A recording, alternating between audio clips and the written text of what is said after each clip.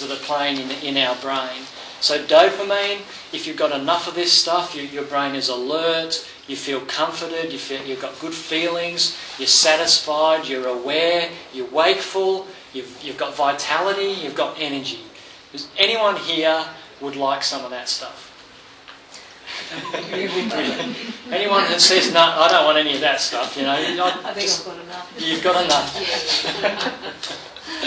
So it speeds up your thought processes, it increases your muscle coordination. What happens if well, it leads to reward or well-being. So what about if you don't have enough of this stuff?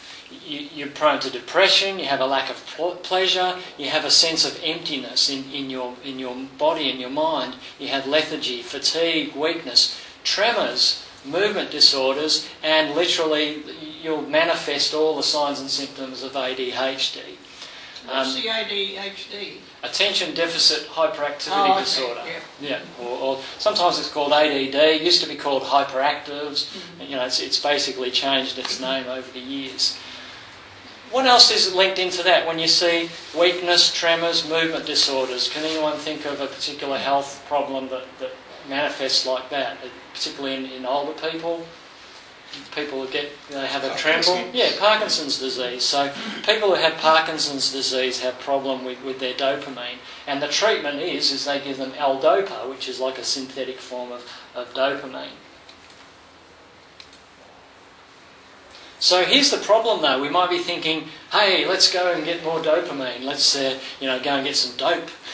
Because dope is a synthetic form of dopamine in a sense. So if we've got too much, schizophrenia, paranoia. So who here would like lots and lots and lots of dopamine? Because I don't think any of us here would like lots and lots of that happening in our lives.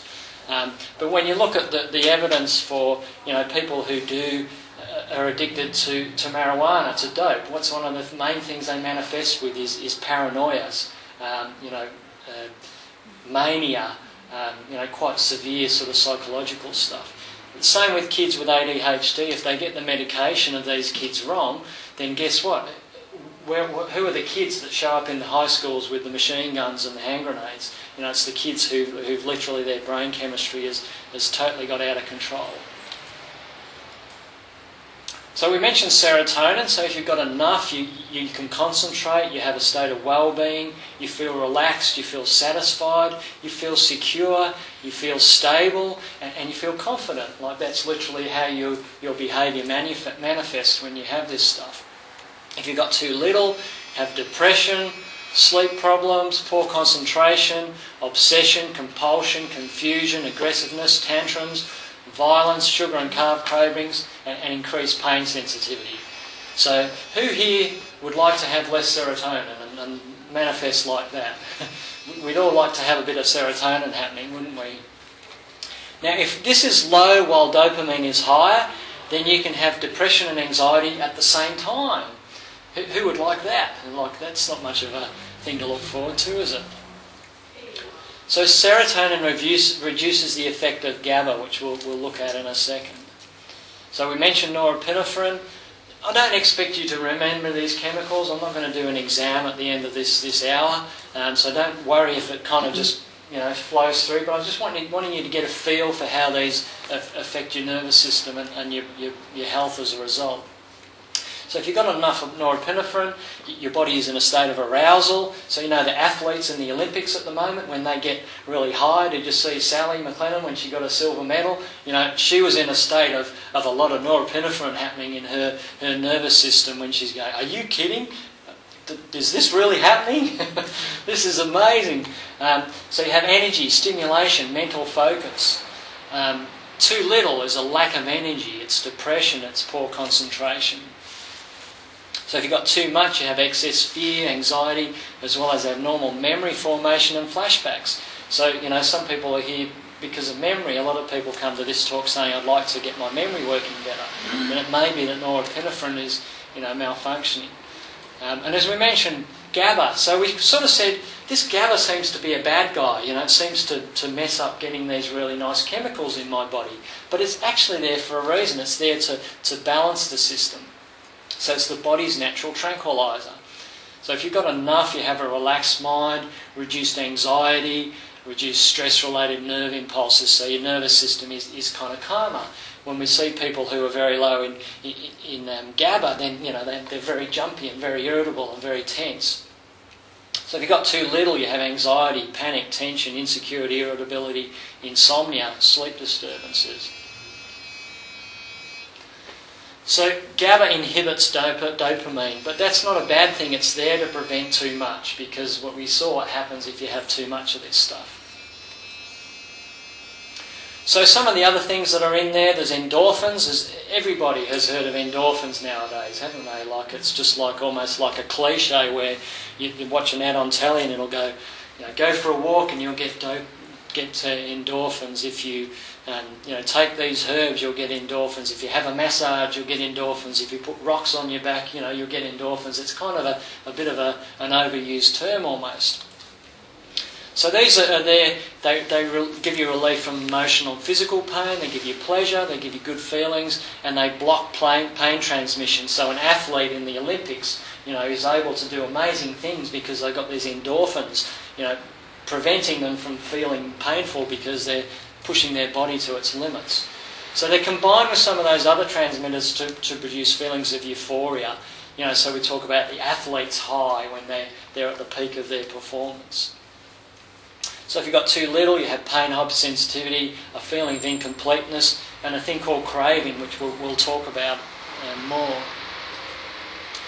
Then there's taurine. If you read that little feature that was on this workshop in the Geelong News, about 2 pages later there was a thing on a research study that's just been completed at Deakin University with bipolar people, manic depressives. And they were literally, what they were doing was using natural supplements to feed the taurine. So again, it's an inhibitory, calming neurotransmitter. It's also seen as like an antioxidant for the brain. So has everyone heard of antioxidants? It helps to reduce degeneration and decay. So we've got enough, we're calm, we sleep better, our digestion is smoother. And it's also good in terms of seizures, so epilepsy, stuff like that, it has an influence on as well. So if you're too little, you're actually prone to seizures or tics or jumps and bumps in your nervous system, sleeplessness, anxiety and poor digestion. So the way that we've, as a culture, that we've tended to approach this is from a drug perspective. We think that this serotonin isn't working properly in your brain, so what we do is we put in a thing called a serotonin reuptake inhibitor, which stops your body from absorbing its own serotonin, keeps the serotonin higher in your system, so obviously then we increase those levels. But there's problems with that because, when you look at that brain reward cascade, what do you think happens if you only play with one of those chemicals? It'll usually mess with the other ones, won't it? Because, and the other problem that you have is if you put this stuff in synthetically, then your brain thinks, well, I've got enough of it, so I don't need to make it anymore. So you more and more and more lose your natural ability to produce these very same chemicals. So we've got to be a little bit careful with playing around, synthetically with some of these chemicals that are in the brain.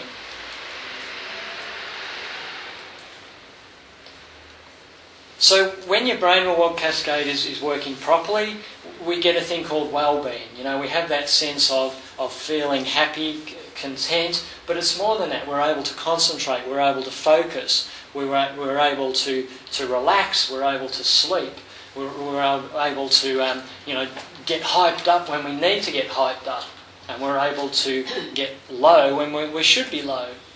So an imbalance impedes the normal flow of this cascade, this chain reaction. So then your feelings of well-being are replaced by things like anxiety, anger, and by a thing called craving.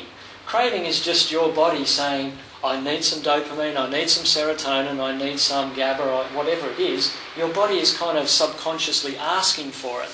And as a result, we do a thing called self-experimentation, or we do a thing called self-medication. So disruption of your brain reward cascade results in a thing that's called reward deficiency syndrome, which is, was that what that journal was all about, was this thing called reward deficiency syndrome.